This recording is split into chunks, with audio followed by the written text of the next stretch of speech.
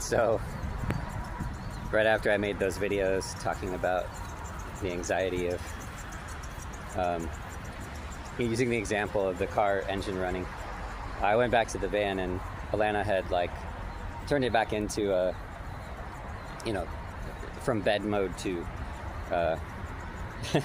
to driving mode, I guess you could say, and was like, okay, let's go dump the black tank. And it was like time to move, and that happens a lot. Like, so yeah, I was like, oh, when's this gonna shift, when's this gonna change? I feel uncomfortable, but just sitting with that discomfort and not pushing for action, because that causes so much turmoil.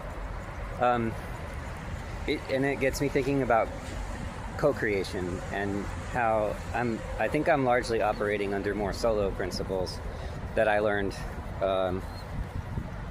and now I'm with a family. I'm co-creating with a wife and kids and even our pets, walking the dog here at the dog park, and how it's like a different set of principles in a way. I mean, ideally you'd be operating from a collective mentality at all times, but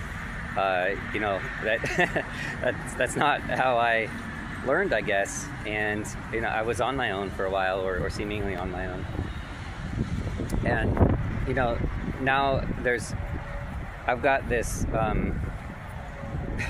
Alana's like really tapped in and has done so much work on herself, and it's like that energy, that being able to tap in and guide us is so much more, it feels more aligned than I've ever been able to do on my own. So then it raises the question, well, how do I help the family be in a space where they're in that co-creation mode? Maybe that's more of the goal than listening to my mind thinking what I should do in this moment and trying to control things, or like say my ideas are better.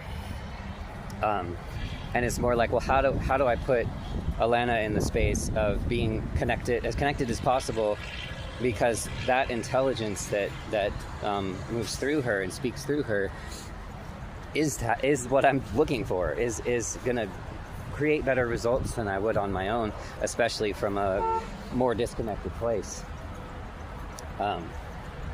Thinking I know what's best, rather than feeling into that greater intelligence that has access to much more information than I do.